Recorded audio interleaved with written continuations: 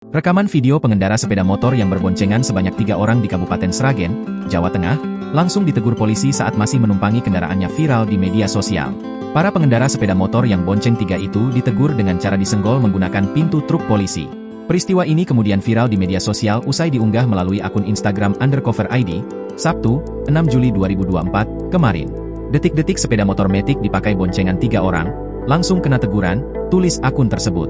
Dalam video terlihat pengendara sepeda motor yang berboncengan 3 tengah berkendara di jalanan mengenakan pakaian dan atribut satu perguruan silat. Ketiganya tak menyadari bahwa di belakang mereka ada truk polisi yang kebetulan juga sedang melintas di jalan tersebut. Lantaran dinilai bisa membahayakan diri dan para pengendara lainnya, ketiganya pun langsung diberi teguran. Namun teguran yang diberikan tampak tak biasa. Ketiganya terlihat ditegur dengan cara menyenggol bagian belakang sepeda motor menggunakan pintu truk. Tampak salah satu penumpang mobil truk polisi tersebut membuka bagian pintu sebelah kiri guna menyenggol motor yang berada di depannya.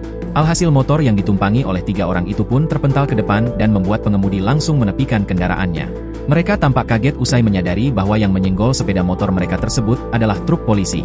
Aksi teguran polisi dengan menggunakan pintu truk itu pun menimbulkan pro dan kontra di kalangan warganet. Tanpa membenarkan aksi pesepeda motor yang berboncengan melebihi aturan kapasitas, teguran polisi dengan menggunakan pintu truk itu dikhawatirkan bisa membahayakan para pengemudi roda 2 itu. Itu mau negur apa nyelakain? Ujar warganet. Lucu, itu bukan teguran, kalau laka dari motor gimana, minimal kalau edukasi kasih yang bagus, minimal serempet pakai bodi truk itu, tambah warganet. Download Tribun X sekarang, menghadirkan lokal menjadi Indonesia.